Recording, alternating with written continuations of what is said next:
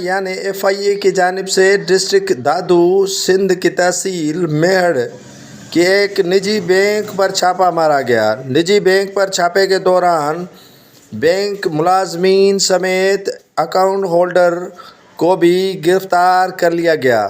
3 افراد گرفتار ہوئے اور گرفتار ہونے والوں میں بینک کے operation manager Fahim Soomro, cashier Tanveer Narejo اور اکاؤنٹ ہولڈر عبدالمجید ببر شامل ہیں۔